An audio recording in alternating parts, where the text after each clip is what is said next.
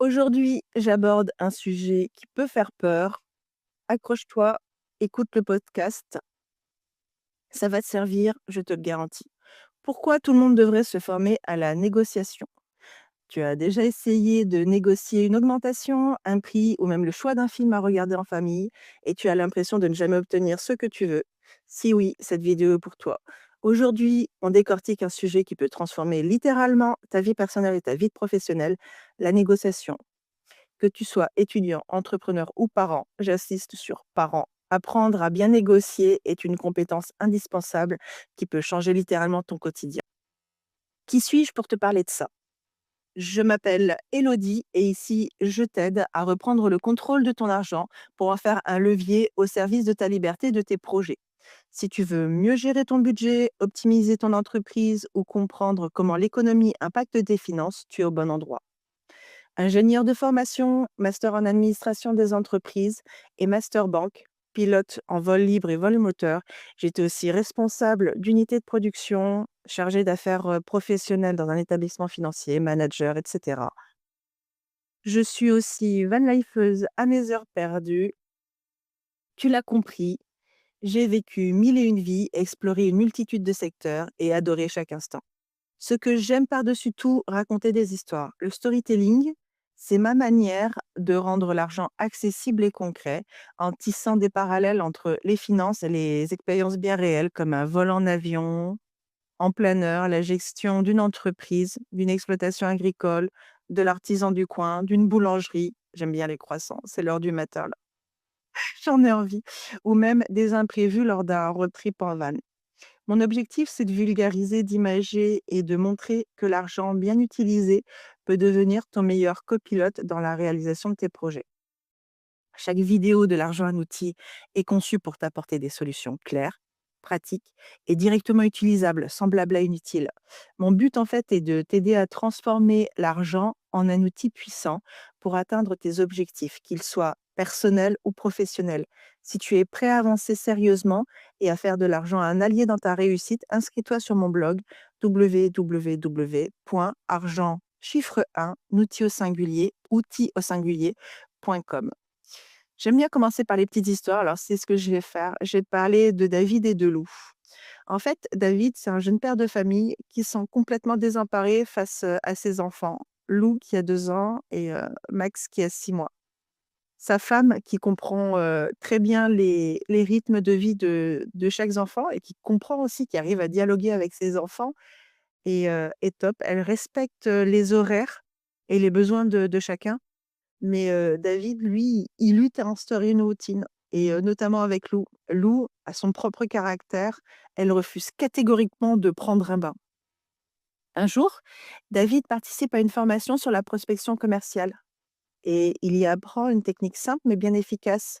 Évite de poser des questions fermées et privilégie toujours les choix implicites sur des questions, sur des points non essentiels. Ouh là, tu vas me dire: «Attends, je te donne un cas concret», c'est le cas de David.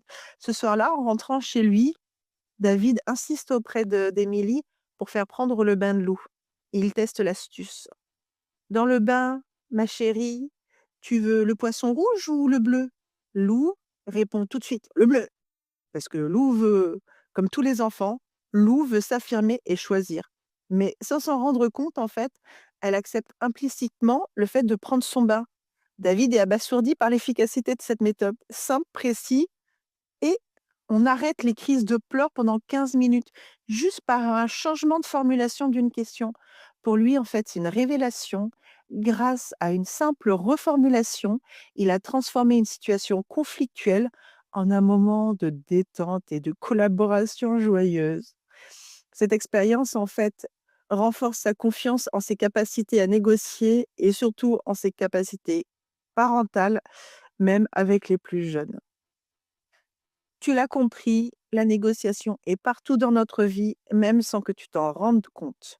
Pourquoi c'est important de la conscientiser et pourquoi c'est important de se former à la négociation?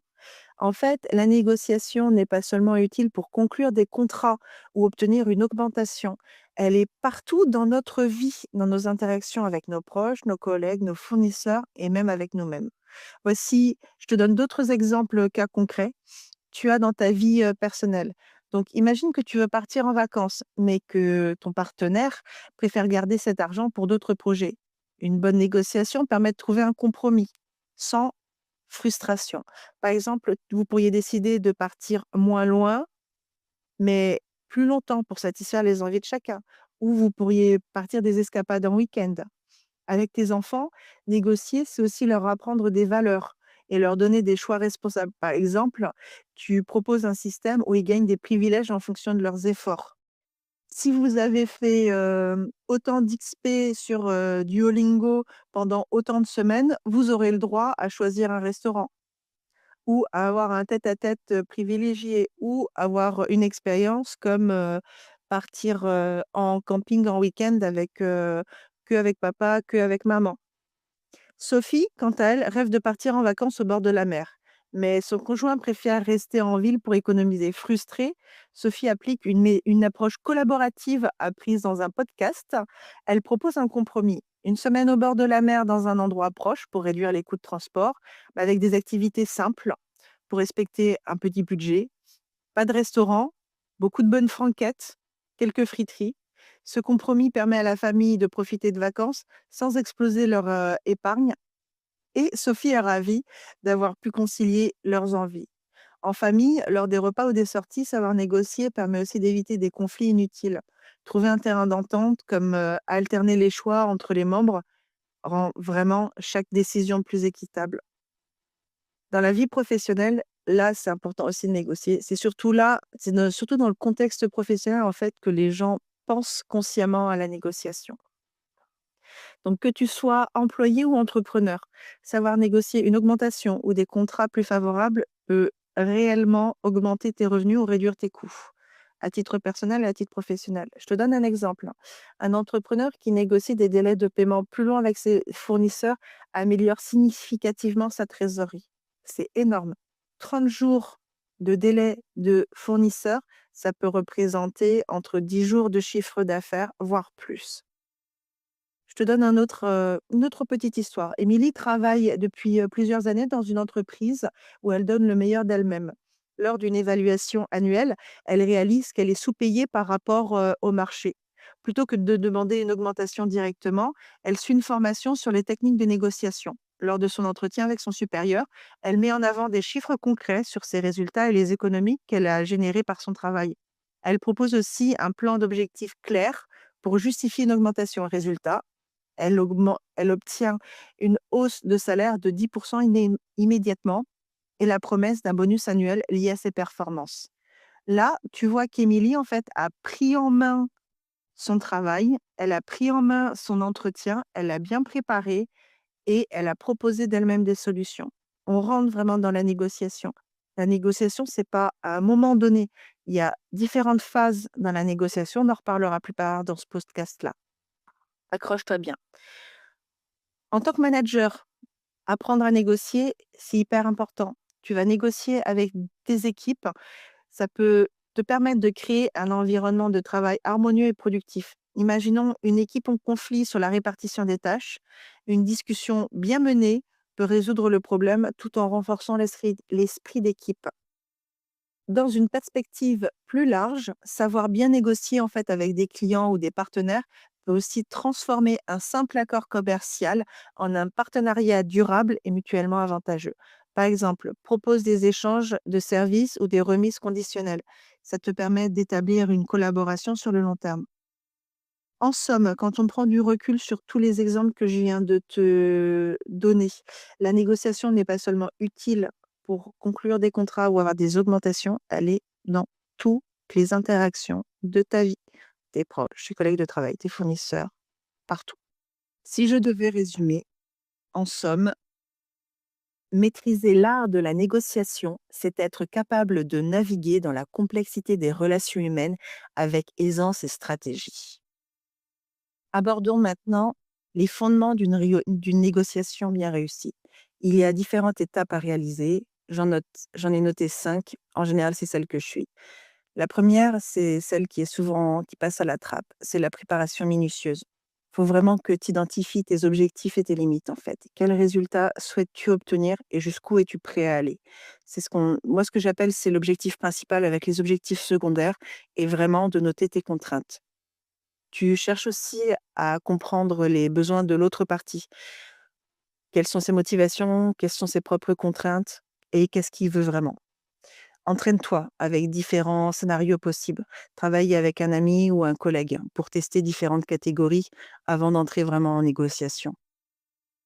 Si je reprends, l'exemple de David et de Lou, la seule chose que voulait Lou, en fait, c'était juste de donner sa position. Elle voulait donner son avis, elle voulait avoir le choix.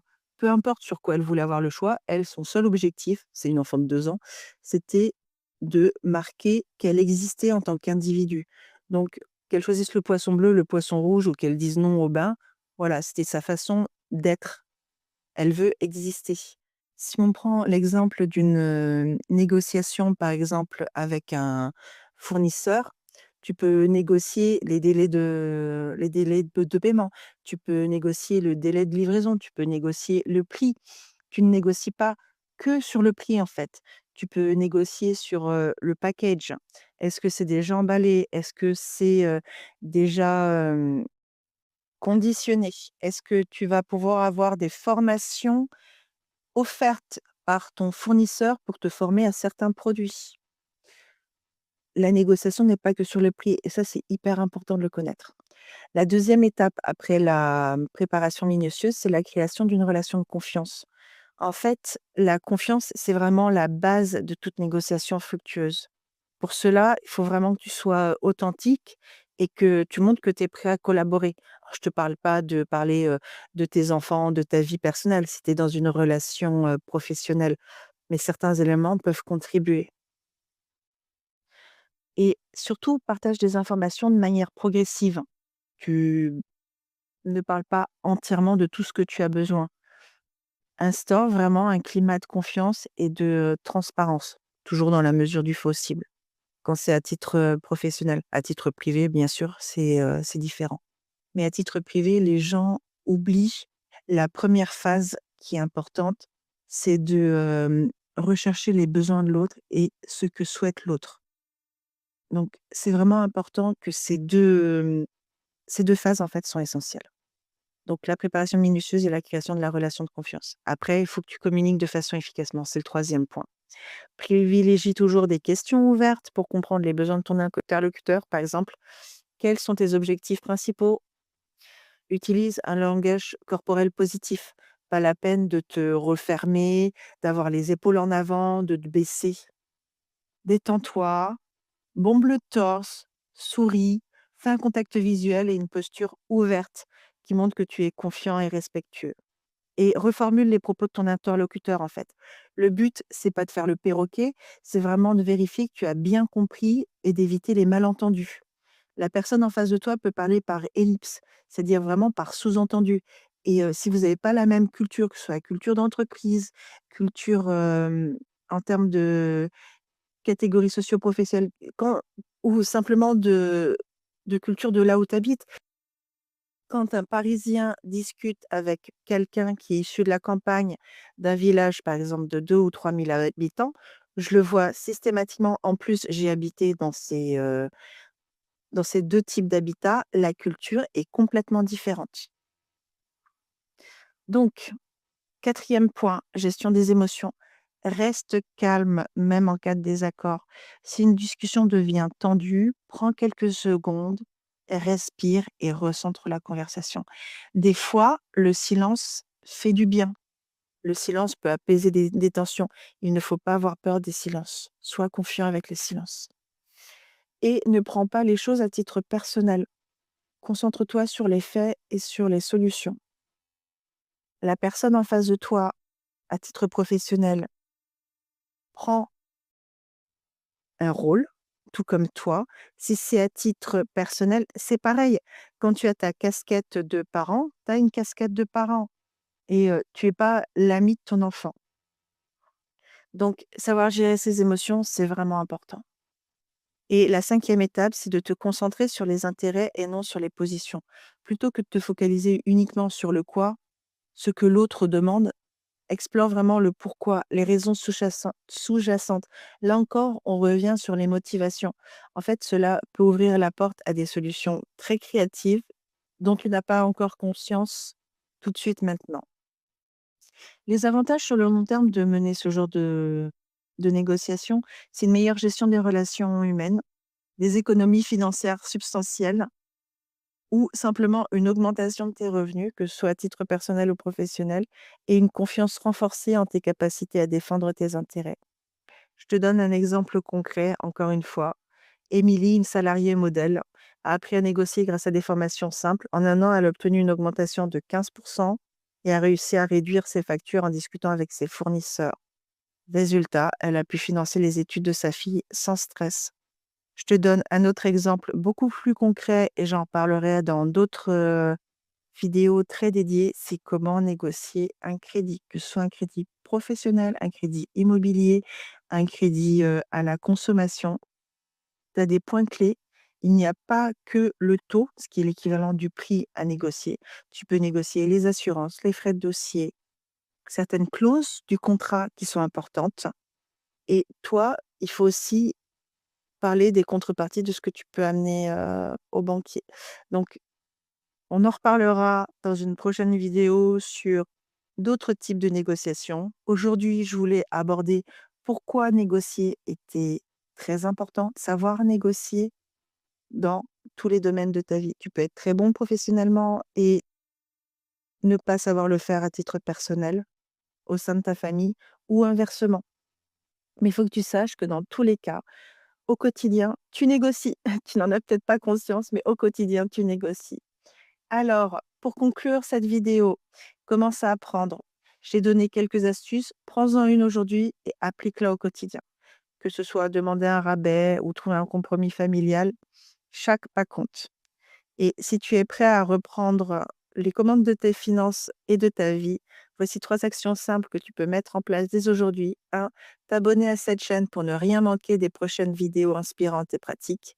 2, liker cette vidéo si elle t'a parlé et surtout la partager avec quelqu'un qui pourrait en bénéficier. 3, inscris-toi sur mon blog pour aller plus loin et transformer tes finances personnelles et professionnelles en un véritable outil au service de ta vie. L'adresse est www.argent chiffre 1 outil au singulier.com. Souviens-toi, l'argent n'est ni bon ni mauvais, c'est un outil, un allié puissant pour ceux qui savent s'en servir. Et toi, que vas-tu faire de ton argent? Dis-le moi dans les commentaires. J'ai hâte de lire tes réflexions et de t'aider à avancer. À très bientôt pour une nouvelle vidéo inspirante et pratique. Ciao!